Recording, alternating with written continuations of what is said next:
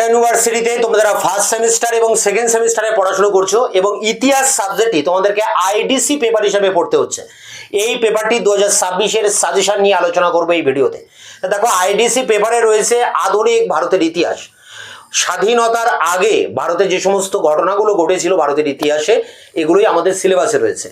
বিশেষ করে গান্ধীর আগমনের পরবর্তীকালে ভারতীয় যে রাজনীতি, এই রাজনীতির উপরে আমাদের এই পেপারটা পড়তে হয়। তা গান্ধী ভারতবর্ষে আসেন 1914 সালে। 1914 সালে যখন আসেন তখন ভারতের সমাজ, অর্থনীতি, রাজনীতির উপরে কি পড়েছিল এবং ভারতে গান্ধীর যে উত্থান সেটা কিভাবে হয়েছিল, এবং গান্ধী ভারতে আসার পর যে 3টি গণ আন্দোলন পরিচালনা করেন, অসহযোগ আন্দোলন তার কারণ ফলাফল, ব্যর্থতার কারণ; আইন অমান্য আন্দোলন 1930 তার কারণ ফলাফল, তার প্রকৃতি; 1942-এর ভারত ছাড়ো আন্দোলন, সেই ভারত আন্দোলনের কারণ ফলাফল এবং তার প্রকৃতি, এগুলো আমাদেরকে পড়তে হবে। এবং এই 3টির মধ্যে একটা তোমরা অবশ্যই পরীক্ষায় কমন পাবে: অসহযোগ আন্দোলন, আইন অমান্য আন্দোলন এবং ভারত ছাড়ো আন্দোলন। আরও কিছু টপিক আমাদেরকে এখানে পড়তে হবে, যেমন 1946-এ নৌ বিদ্রোহ হয়, তার কারণ ফলাফল; নেতাজি সুভাষচন্দ্র বসু ও আজাদ হিন্দ ফৌজের যে স্বাধীনতার সংগ্রাম, সেটা আমাদেরকে পড়তে হয়। আবার সুভাষচন্দ্রের সাথে কংগ্রেসের 1939 নাগাদ যে বিরোধ দেখা দেয়, যে মতানৈক্য দেখা দেয়, সেই মতবিরোধের কারণ আমাদেরকে পড়তে হয়।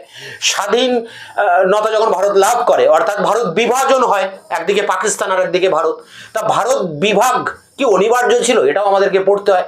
এবং ভারত বিভাগে কংগ্রেসের কতটা দায়িত্ব ছিল, আলী জিন্নাহ কতটা দায়িত্ব ছিল, আলী জিন্নাহর কতটা দায়িত্ব বা ভূমিকা ছিল, এটা আলাদা করেও কিন্তু প্রশ্ন আসে। তারপর ভারতের প্রধানমন্ত্রী হন পণ্ডিত জওহরলাল নেহরু। তা জওহরলাল নেহরুর প্রধানমন্ত্রিত্বকালে ভারতের বিদেশ নীতিটা কি ছিল, বা জওহরলাল নেহরুর বিদেশ নীতি, পররাষ্ট্রনীতি কি ছিল? সেই সময় বিদেশ নীতি ছিল জোট নিরপেক্ষ নীতি। তা সেই জোট নিরপেক্ষ নীতির ক্ষেত্রে ভারত কি ভূমিকা নিয়েছিল? ভারতে যে সংসদীয় গণতন্ত্রের বিকাশ হয়েছিল, সেটা কিভাবে হয়েছিল?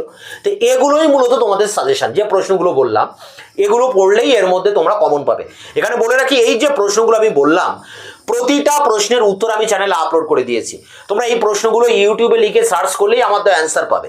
এছাড়া এই ভিডিওর ডেসক্রিপশন বক্স ক্লিক করলে তোমরা একটি প্লেলিস্টের লিঙ্ক পাবে, সেখানে এই আইডিসি পেপারের সাজেশনের সমস্ত প্রশ্নের উত্তর তোমরা পেয়ে যাবে।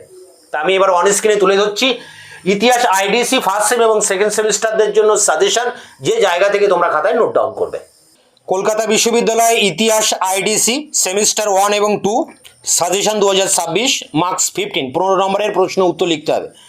অসহযোগ আন্দোলনের পটভূমি ও ব্যর্থতার কারণ লেখো। 1930 সালের আইন অমান্য আন্দোলনের পটভূমি, গুরুত্ব লেখো।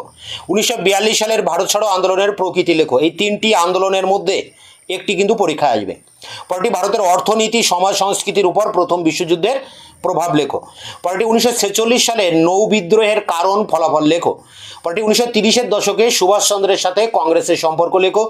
পরটি ভারতীয় রাজনীতিতে গান্ধীর উত্থানের প্রেক্ষাপট আলোচনা করো। পরটি স্বাধীন ভারতে সংসদীয় গণতন্ত্রের বিকাশ আলোচনা করো। পরটি জওহরলাল নেহরুর নেতৃত্বে ভারতের বিদেশ নীতি বা জোট নিরপেক্ষ নীতিতে বা আন্দোলনে ভারতের ভূমিকা কী ছিল। নেতাজি সুভাষচন্দ্র বসু ও আজাদ হিন্দ ফৌজের অবদান লেখো। পরটি ভারতের সমাজ সংস্কৃতির উপর ভারত বিভাগের প্রভাব লেখো। পরটি 1947 সালে ভারত বিভাগ কি অনিবার্য ছিল। পরটি ভারত বিভাগে মোহাম্মদ আলী জিন্নাহর ভূমিকা লেখো। তো দেখো, এখানে 13টি প্রশ্ন রয়েছে। এর মধ্যে আশা করি তোমরা সব প্রশ্ন কমন পাবে। এই সমস্ত প্রশ্নের উত্তর আমি চ্যানেলে আপলোড করে দিয়েছি, ভিডিওর ডেসক্রিপশন বক্সে তার লিঙ্ক দেওয়া রয়েছে। দেখা হচ্ছে অন্য ভিডিওতে।